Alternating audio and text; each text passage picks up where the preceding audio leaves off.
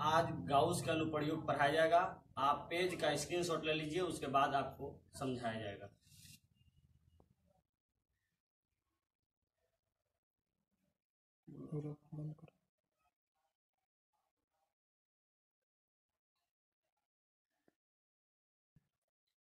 पिछला क्लास आप लोग को गाउस का नियम पढ़ाया गया था, हमारे ख्याल से आपको समझ में आ गया होगा। फिर भी हम आज रिवीजन करा देते हैं, उसके बाद आपको ये वाला पार्ट समझाया जाएगा। गाउस का नियम क्या कहता है उसके बारे में सुन लीजिएगा एक बार।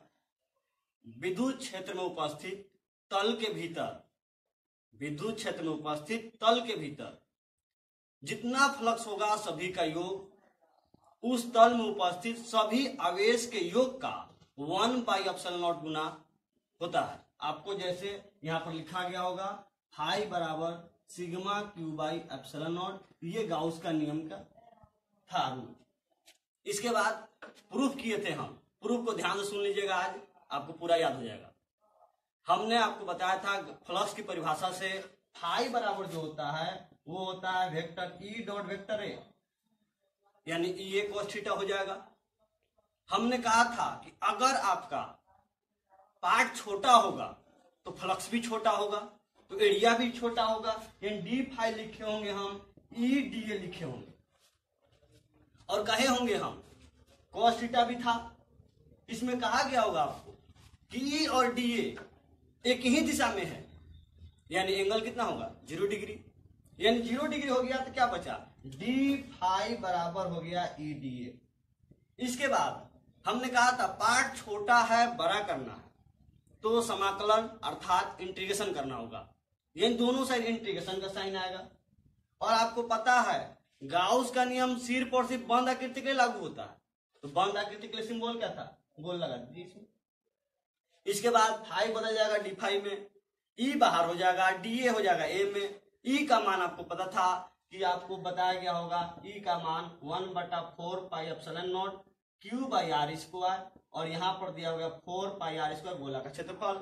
आर स्क्वायर से आर स्क्वायर कट गया होगा, 4π से 4π कट गया, क्यू बाई ε0 फाई इतना आ चुका था। आज हम इसके आगे पढ़ेंगे और उसके बाद आपको बताया जाएगा। आज अनुप्रयोग में पहला जो है वो देखिए लिखा हुआ है, एक समान रूप से आवेशित गोल के कारण किसी बिंदु पर आपको विद्युत क्षेत्र निकालना है। एम को समझना है, निकालना कहां पर है, गोला के बाहर या गोला के अंदर या गोले पर हमको विद्युत क्षेत्र निकालना है। कैसे होगा चेक करिएगा। एक गोला है और हमने आवेश वितरित है प्लस क्यू,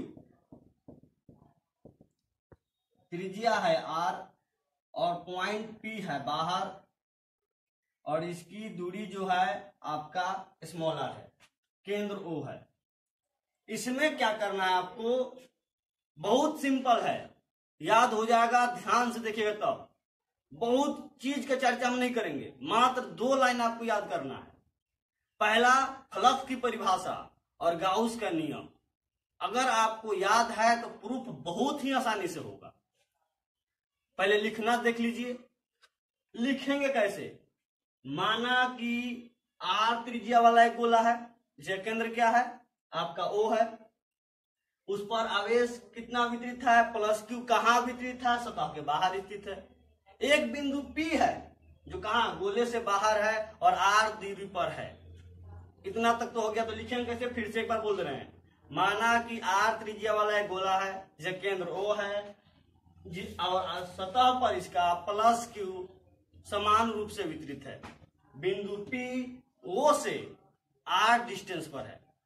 अब आपको फ्लक्स की परिभाषा से 2 ही रूल लगाएंगे हम, फ्लक्स की परिभाषा और गाउस के नियम।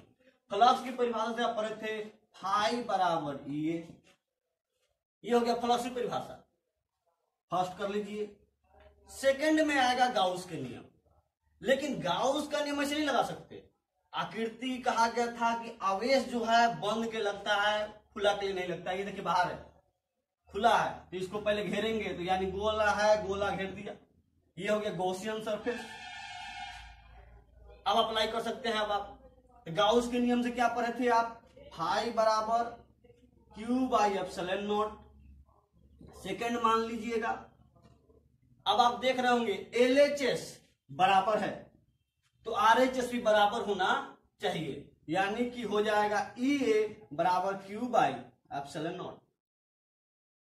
अब आपको पता है इलेक्ट्रिक फील्ड निकालना ही है P बिंदु पर, एरिया कितना हो जाएगा 4 पाई R स्क्वायर, कोई बोला है, बराबर Q बाई एप्सिलॉन नॉट। इसके आगे चलते हैं तो E बराबर हो जाएगा 1/4 पाई R square Q by epsilon not, कितना हो जाएगा,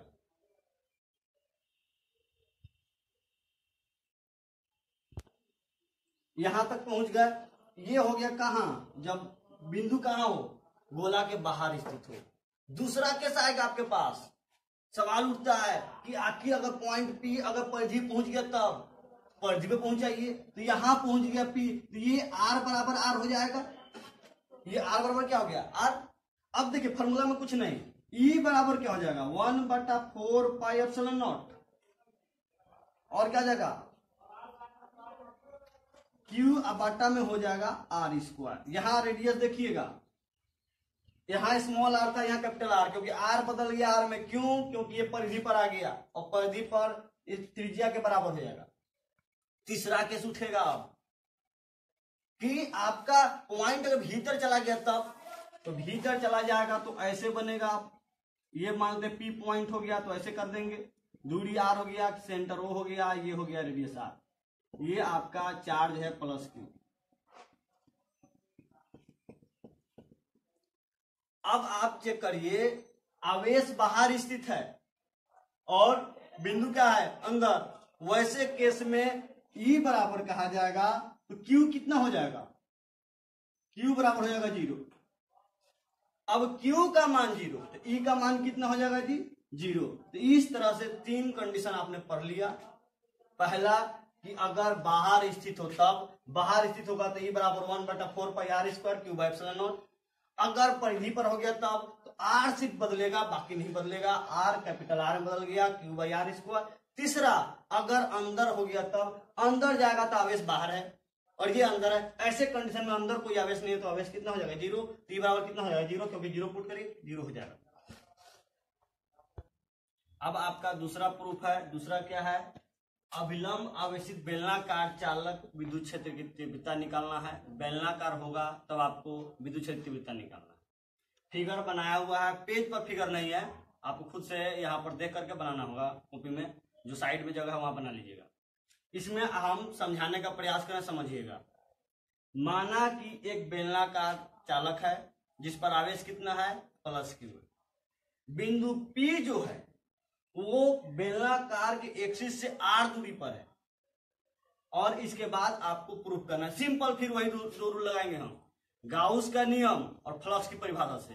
फ्लक्स की परिभाषा से पढ़े थे आप, फ्लक्स बराबर आप पढ़े थे EA परिभाषा से, इसको फर्स्ट मानिए। दूसरा पढ़े थे आप गाउस के नियम से, फ्लक्स बराबर क्या पढ़े थे आप Q बाई एप्सिलॉन नॉट।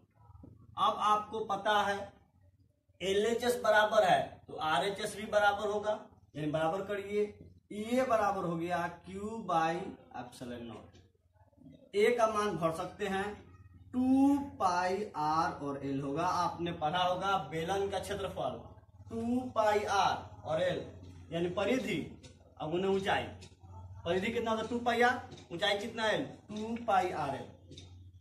इसके बाद क्या हो जाएगा Q बाई एप्सिलॉन नॉट। जिसको निकालना है उसको एक तरफ ले जाइए, इसको ऐसे लिख सकते हैं Q बाई L और 1/2 पाई R epsilon not. Q by L देखिए एक रैखिक है, बेलनाकार को अगर 1 डायमेंशन में रहे हैं तो आपने पढ़ा होगा रैखिक घनत्व का लैम्डा बराबर Q बाई L। तो यहां पर Q बाई L को हटा रहे हैं और लिख रहे हैं क्या लैम्डा बटा 2 पाई एप्सिलॉन नॉट और कितना हो जाएगा R। E बराबर, ये आपको प्रूफ हो गया। ये हो गया अदिश राशि में, हमको चाहिए सदिश राशि में। इन वेक्टर फॉर्म क्या करेंगे हम, वेक्टर E बराबर लिख दीजिए लैम्डा बटा 2 पाई एप्सिलॉन नॉट R और यूनिट वेक्टर R हो जाएगा। ये हो गया किस फॉर्म में, सदिश राशि में। एक बार और रिपीट कर दे रहे हैं, गाउस का नियम लगेगा और फ्लक्स की परिभाषा, जो सब प्रूफ जितना गाउस के नियम का अनुप्रयोग प्रूफ है सब जगह यही दो काम करेगा, पूरा लाइफ आपको याद रहेगा। कुछ नहीं करना है, दो नियम लगाना है। फ्लक्स की परिभाषा से फाई बराबर ये फर्स्ट हो गया। दूसरा, फ्लक्स आपने गाउस का नियम से फाई बराबर Q by epsilon not. LHS बराबर है तो आरएचएस भी बराबर होगा, दोनों को बराबर कर दिया। बराबर करने के बाद निकालना क्या है, ई का मान। ई निकाला तो यहां पर देखिए ए का मान भरिए 2 पाई आर एल, और ये हो गया। इसके बाद ई का मान निकालिए। क्यू बाई एल हम पढ़ चुके हैं कि क्यू बाई एल होता है लैम्डा का, रख दीजिए यहाँ पर क्यू बाई एल का, ई का मान निकल गया। वेक्टर फॉर्म में ये वाला हो गया। आपको नेक्स्ट जो पार्ट है, एक पार्ट और आएगा, इसके में आपको पूरा खत्म हो जाएगा और इसके बाद आपको दूसरा चैप्टर शुरू किया जाएगा। Thank you for watching video.